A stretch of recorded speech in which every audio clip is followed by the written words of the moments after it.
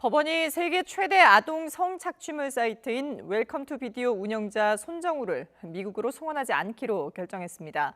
법원은 아동 성착취 범죄의 근절을 위해 손정우의 신병을 국내에서 확보해 수사 과정에 활용할 필요가 있다고 판단했습니다. 취재기자 연결돼 있습니다. 강희경 기자. 네, 서울고등법원입니다. 예. 그동안 이 문제를 놓고 검찰과 손 씨 측에서 법정에서 치열하게 다퉜었는데 결국 법원이 손 씨를 미국으로 송환하지 않기로 결정을 했군요. 네, 오늘 웰컴 투 비디오 사이트 운영자 손정우 씨에 대한 범죄인 인도 심사 청구 사건의 마지막 신문기일이 열렸습니다.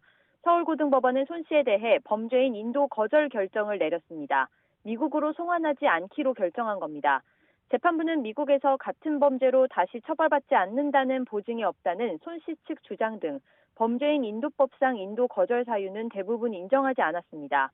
그러나 재판부는 손 씨가 아동 성착취물이 제작 배포되도록 설계한 사이트 운영자라는 점에 초점을 맞췄는데요.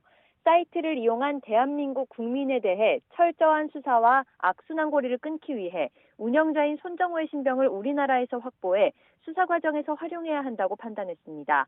그러면서 손정우를 미국으로 인도하면 국내 수사에 지장이 될 수도 있다며 우리나라에서 신병을 확보해 주도적으로 수사를 진행할 수 있을 것으로 보인다고 말했습니다. 재판부는 이번 사건이 큰 관심을 받는 이유는 성착취 범죄에 대해 우리 국민의 법감정에 맞는 처벌이 안 이루어져 왔기 때문이라고 말했습니다. 그러면서 대한민국에서 범죄 심각성에 대한 입법 조치가 이루어져야 하고 법원과 수사기관에서도 기존의 양형 관행에서 탈피해 적극적으로 실천해야 한다고 지적했습니다. 이번 사건 결정이 면죄부를 주는 게 아니라 적극적으로 수사에 협조하고 정당한 처벌을 받으라는 것이라며 아동 성착취 범죄에 대한 새로운 형사사법의 패러다임이 나오기 바란다고 밝혔습니다. 앞서 손 씨는 웰컴 투 비디오 사이트를 운영하며 유료 회원 4천여 명에게 아동 청소년이 나오는 성착취물을 배포한 혐의 등으로 징역 1년 6개월의 실형을 확정받아 복역했습니다.